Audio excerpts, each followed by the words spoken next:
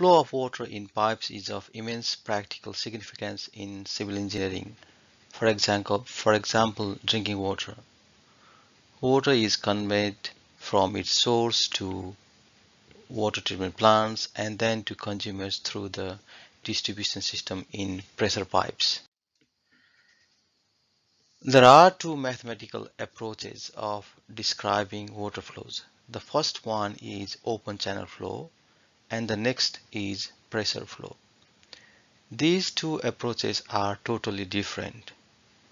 The pipelines which flow under pressure are analyzed by applying energy equation, whereas the open channel flows, which is always at atmospheric pressure, are analyzed by gravity flow. So in this video, we'll talk about why does water flow through a pipeline and what are the factors that controls the flow. Now let's go back to the energy equation. In the figure shown here, there is a reservoir, right? And there is some water, obviously, with the depth of water as H meter. The total energy of water at the reservoir is the summation of gravity head, pressure head, and velocity head. This means the gravity head is the elevation head, which is the elevation from arbitrary reference point or datum. Pressure head is the hydrostatic pressure of water, and the velocity head is the kinetic head due to flow of water.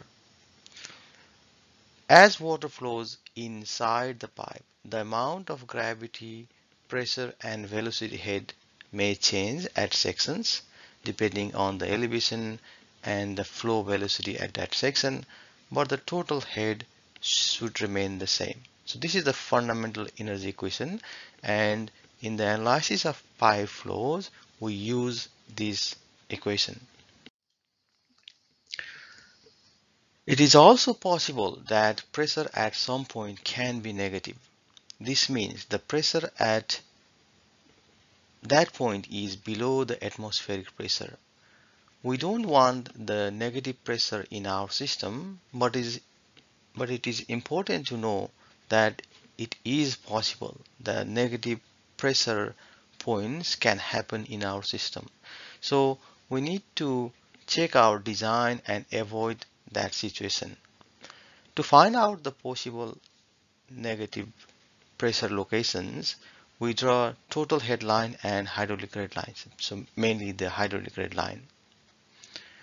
And we also need to understand the expected fall of these lines.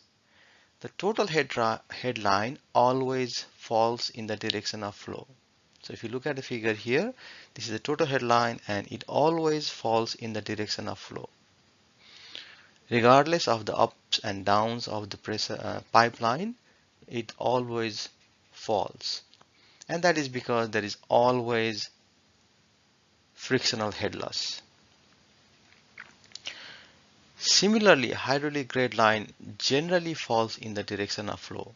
So we can expect hydraulic grade line also generally falls, but it can also go up where the velocity is decreased, leading to increased in pressure. So if you reduce the velocity, then velocity head will be reduced. That means pressure has to be increased and vice versa. So negative pressure occurs at the locations where the pipeline is above the hydraulic grade line, as in this example. So this is the hydraulic grade line and pipeline is above. So this is the area where you get the negative pressure.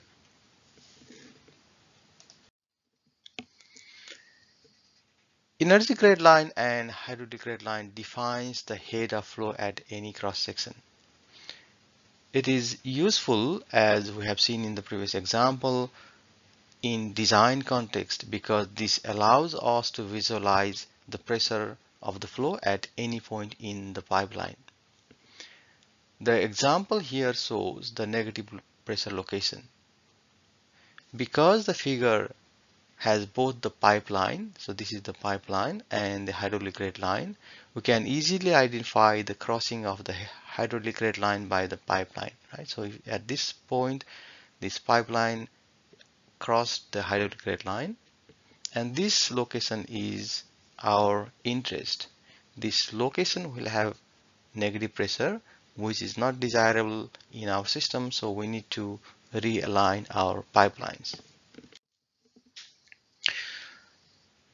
Now let's talk about head losses. In an ideal flow, there will be no head loss, but we are dealing with the real flow, right? Real material, real water and pipe walls. That means there will be head loss all the time. As the flow travels from a point to another point, energy is lost. So mathematically, we can classify the loss of energy in two categories. The first is the frictional loss along the pipe, and the next one is the minor loss. Friction loss is basically loss of energy due to friction between the pipe walls and water particles. When water flows, pipe wall oppose the water flow, and the water has to overcome this opposing force, causing the loss of energy. Head loss due to change in pipe diameter, cross-sectional area, flow bends, pipe fittings.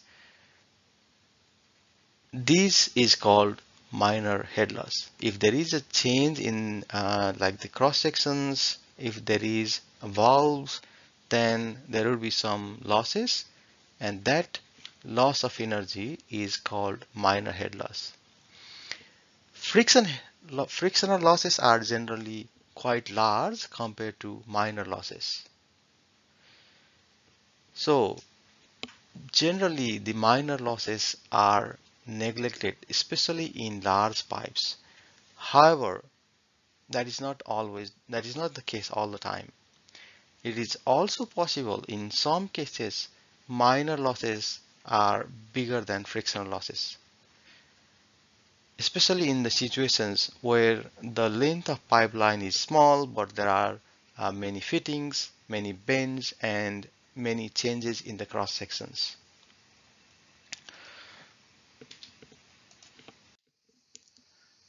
Now let's look at how to calculate frictional loss. Frictional head loss can be calculated using the formula given here, FLV square over 2ZD. So the head loss in terms of the unit of length can be meter or centimeter, but generally when we use SI unit, we use meter. The head loss is FLV square over 2ZD. Here the length and diameters are the dimensions of the pipe. So when we design, we already know what is the length and what diameter we have selected. We would also know the velocity, which depends on the diameter and the amount of flow passing through the cross section. The factor, which is called the friction factor, depends on the pipe material. This depends on the roughness of the pipe. Some pipes are very smooth, which means the roughness coefficient, the Ks, is very small, and some pipes are quite rough with the high values of Ks. The roughness of pipes are not constant as well. So once we use the pipe, as the time goes on, there is a possibility of erosion of the pipe walls or pipe materials or the buildup of inside the pipes. Okay, so this causes the change in the frictional factor or the roughness coefficient. So the roughness coefficient is not constant, it changes with time. So the roughness coefficient of the pipe that was designed and used for 20 years would have different Ks at the initial phase and after 20 years of its use. The friction factor also depends on Reynolds number, Re. The Reynolds number depends on the velocity and also viscosity of water.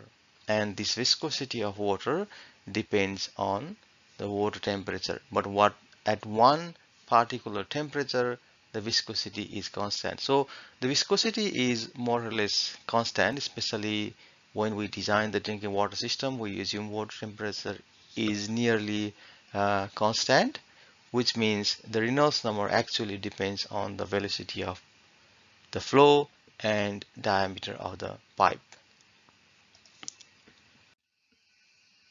Now let's see how can we calculate the friction factors. We know the equation to calculate the head loss. Head loss equals to FLV square over 2ZD. The length factor, diameter and velocity we can calculate once we know those dimensions and the discharge. Now how we calculate the friction factors? There are different equations to calculate the friction factors, F value, which depends on the roughness of the pipe. Okay, one is this Prandtl smooth and rough pipe equations. This equation is for smooth pipe, and you can see there is no roughness coefficient within this pipe. It depends only on the Reynolds number.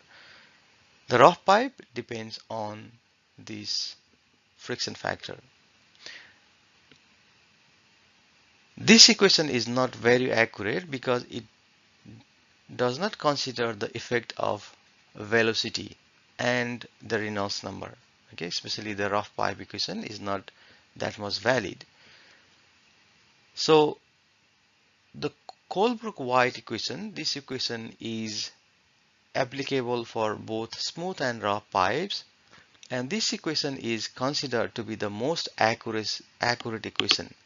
But this is an implicit equation, which means there is no direct solution of this equation. So because you can see the friction factor F is on left hand side and also on right hand side, so you cannot simply solve by substituting the values of other variables on right hand side.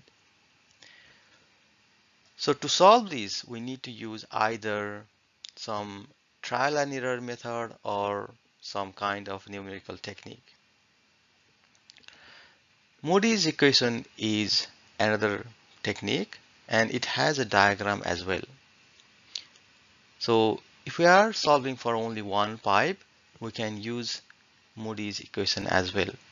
But after the invention of the computers, using Colebrook-White equation is the most preferable approach because this is most accurate, and we have computers to solve this kind of implicit equations.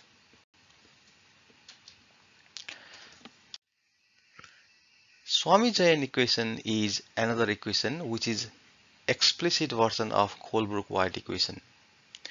The accuracy of this equation is very high in most of the circumstances, which means the value of friction factor from Swamy-Jain equation and Colebrook-White equation are very similar in most of the situations. The benefit of using this equation is this is an explicit equation, which means we don't need to use trial and error or other numerical techniques. On right hand side, there is no friction factor. All the variables are known, which means we can easily calculate the friction factor. Or sometimes lambda. Okay, so in some books, this friction factor is represented by lambda. So basically, we have three different options to calculate friction factor. The first one is using the Moody's diagram or Moody's equation. So this chart or diagram here. Second one is Swamy-Jain's explicit equation, and third one is iterative methods to use the Colebrook-White equation. Now, how can we use Moody's diagram? To use Moody's diagram, we need to calculate Reynolds number and Ks over D ratio. Okay, so once we know the roughness of the pipe and pipe diameter, we can calculate K over D. And once we know velocity and diameter and the pipe, sorry, water viscosity, we can calculate this Reynolds number. And once we know these two parameters, we can just plot what is, for example, let's say our Reynolds number is somewhere here, okay, and then the Ks over D ratio is here. So Reynolds number here, we calculate this value, and Ks over D here. And what we do, we draw a line parallel to the other lines of this Moody diagram, and that means this is the crossing point of Reynolds number and this line, the curved line, and then we draw a horizontal line from there, and the value of the friction factor is can be read from this left hand side. Now let's talk about the minor losses. There are several minor losses, which includes entry loss, exit loss, expansion and contraction losses. All these losses are calculated with respect to velocity head, which is v square over 2g. Okay, so this is the velocity head multiplied by a coefficient k. So the loss will be k times velocity head with different k value for different sectional changes. So for entry loss, k equals to 0.5, exit loss, k equals to 1, and then we add all the minor losses, exit loss and entry loss and bend loss and all the losses to calculate the total minor loss. In pipe flows, there are basically two types of problems. The first one is to calculate flow rate, and the second one is to calculate pressure. In this example here, we have two reservoirs, reservoir A and reservoir B. Water is fed from a storage tank at a treatment plant A to downstream service reservoir B via cast iron. So that means it gives us the pipe material, which means we know the roughness. The dimensions of the pipeline and diameters are given. The pipe material is also given, which is cast iron, means we can find the corresponding frictional factor and the frictional head loss. Different coefficients of minor head losses are also given. You can see here the upstream wall coefficient, downstream wall coefficient. These values are also given.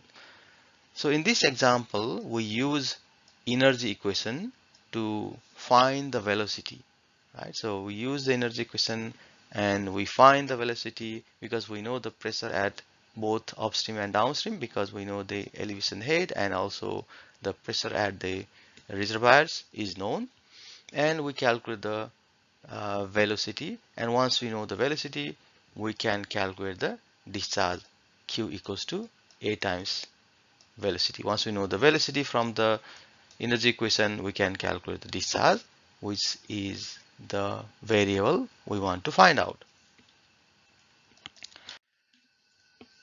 This is the second type of problem. Here we have information related to the reservoir. We know the length of the pipe, diameter, and also the pipe material. No information about the minor head losses are given, which means minor head loss can be ignored. Discharge through the pipeline is also provided. In this example, water is fed from a storage tank directly to customer, and the historical data suggests the customer requires a maximum flow of 5 liters per second. This discharge. Now we need to find out what is the pressure at the delivery, right? So determine the delivery pressure that the network supplies to the customer. And this delivery pressure is one of the criteria councils will look at when they supply water. So at the delivery node, the pressure can be between, let's say, 22 to 50 meter. Okay, so that's the desirable pressure range. So at every node, the pressure has to be between 22 to 50 in the network. Now, once we calculate the pressure head, it is important to draw the hydraulic grade line as in this example. Once we know what is the pressure head at that point, then you draw the hydraulic grade line.